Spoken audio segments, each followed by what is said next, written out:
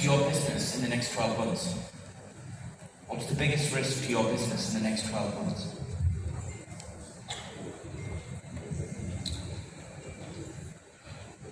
Let me go first. I would say a politically induced recession.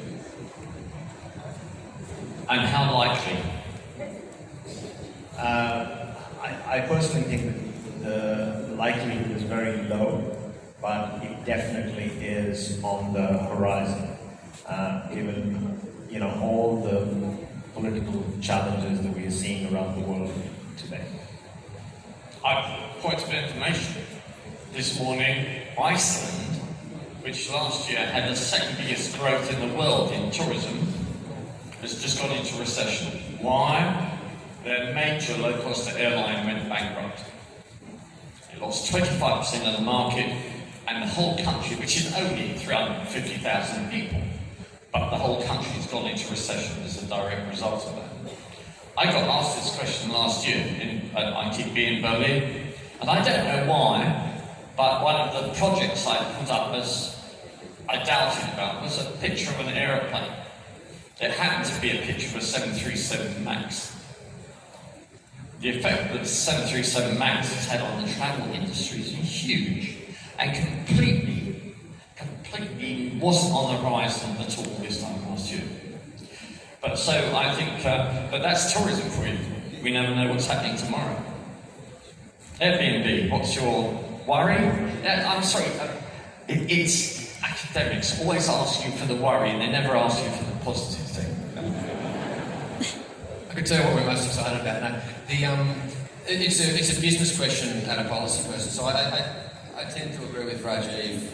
I think some of those economic factors, and when you look at Brexit, China and America, some of the other sort of regional challenges that are playing out, I think that does affect how somebody thinks about their own travel and booking a holiday or whatever. But what I'd say against that is Airbnb was founded in 2007, 2008 in the middle of the GFC. So it will be interesting, because what we also know happens in difficult economic times is people do look to their most valuable and laziest asset, their own home, and they've got a bit of a release valve there if they need it. So I'm not really sure. Thanks. You don't know, Sam, you don't have worries at all, do you?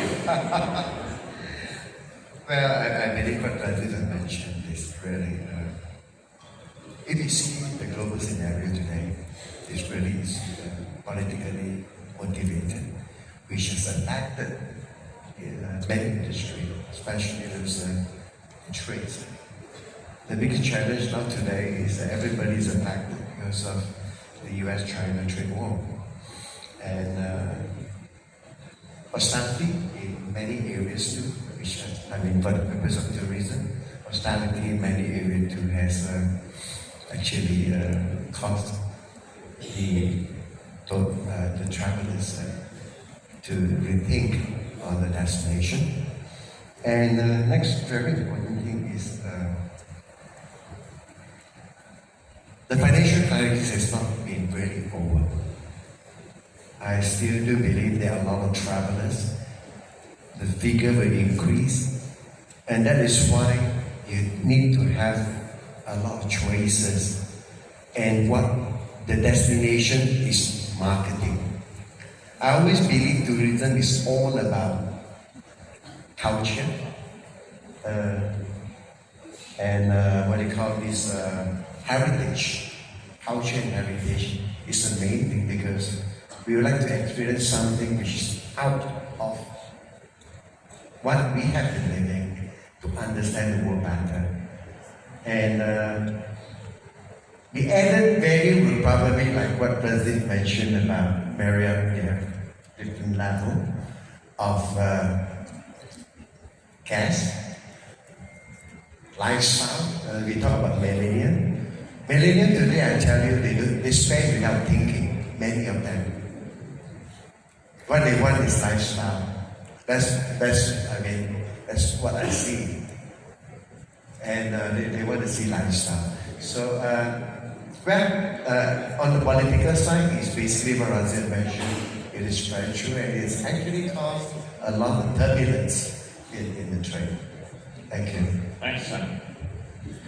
Not to be boring, it's actually what we discussed this morning, so it's also, I think, both personally and I think in general for the whole industry. Yes, thanks, Sam. Sam mentioned I'm from Hong Kong. I think I would also say that there are concerns about recession in the economy. There's also perception, I think, also plays a big role. Just to let you know, Hong Kong's fine, come and visit, have dinner with me. But I think that is a concern for the whole, not just travel, but in general. It's funny you should mention Hong Kong. Part of my life is talking to people about what we used to call crisis management. I don't think it's necessarily a crisis. I think it's a great advertisement. And that's not a political statement at all. When you have a problem, and if I may take this opportunity as a British traveller to say, you remember the case of the young British girl here only 2 weeks ago. Great advert for Malaysia. Great advert. Because of the way it was dealt, and it seemed to be dealt with. It's a great shame, very sad story, but a negative is never ever a negative in travel. Quite often it becomes a positive. I think we've heard today about lots of things. I'm going to come to you for a closing question in a second, a very brief question. It's funny, I just talked yesterday to a friend of mine who's the head of NYC & Co, who the tourist board for New York. And I won't tell you what we talked about all the time, but his figures are 2 million up, 65 million to 67 million. I said to him, what's the great change in the market? He said, everybody wants experiential travel. People have stopped travelling to Lima Beach. This is a generalisation. They want to go and do something, learn something, have a new experience, have what I call, boringly to my students, a golden moment that they go home and talk about. And if that can happen in New York, then it can certainly is the same about Malaysia. And what a place to offer an experience. So in closing to our wonderful panel, I'd like to turn my colleague's question round and say, in the next year or so, what's the newest thing, the change that you think will happen in your respective parts of the industry? Do you want to go down the same? Sure. Being selfish from destination marketing side, I would love to see destinations changing the way they measure metrics of success in marketing, moving away from arrival numbers to measuring economic impact and the traveller experience and the business experience. That's what I would look forward to. I couldn't agree more. Sam. Thanks, John. Well, what I want to see basically is a changing of mindset. We are actually going to another millennium, and mindset of people who has conventionally invested in hotel operation, they have to work towards technology. There's no doubt about it. Those days we talk about revenue manager to increase revenue, but today you actually can use technology to monitor it. And we don't just talk about this new business model. We have to see how we can work to harmonize the market. That is important because at the moment everybody is like in the turmoil, challenging. Just what they call sharing economy alone, this direct challenging is not the way to go. What we need to do is to see how we can work to build the capacity for the destination and ensure that we also continue to provide the quality of service that's expected from the review from TripAdvisor. That's what I hope to see happening. Thank you. Thank you, Sam.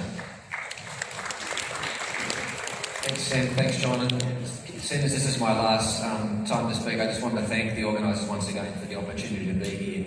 From Airbnb's perspective, we're about trying to create magical end-to-end trips. And when you think about your own next holiday, you think about it in 3 parts. How do I get there? Where do I stay? And what do I do? We've always been, for the last 11 years, in the where do I stay business.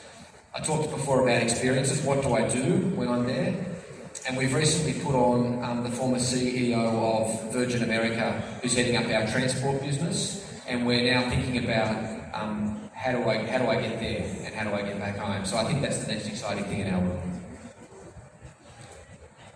Thanks, John. For me, there has never been a better time to be in our business. The growth of tourism is an incredible story, and it's going to be here for decades to come. But the real opportunity, even though in the short term there might be some crosswinds, the real opportunity would be in intra-Asia travel.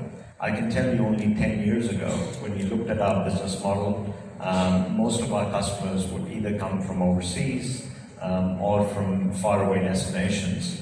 Today, in-country tourism is exploding. When you look at Malaysia, you look at Indonesia, you look at Thailand, sometimes 30% of our customers are coming from within the country. In places like India and China, over 70-80% of our business is being done within the country. So even though the global economy may slow down, the opportunity will exist in how do you encourage locals to travel. And I think that's the short-term opportunity we must capitalize on. But once again, thank you. It's been a big honor for me to be here, to be with such an incredible panel, and for the opportunity you folks gave us to share the story. Thank you once again. Thank you, Rajiv. Do you know, some time ago now, I was in a hotel that hasn't been bought up by your company. That's rarity. It's been bought up by the opposition. I was in a Fairmont hotel in Canada. And do you know, I have this theory that particularly in business travel, there is nothing as lonely as a well-appointed, quiet hotel room in which you can be put and you think about every problem that you've got on your mind at the moment. And I had a slight drive in that. And I walked out, I thought, I'll go for a walk. And as I walked through the front door of the hotel, I thought, what's that?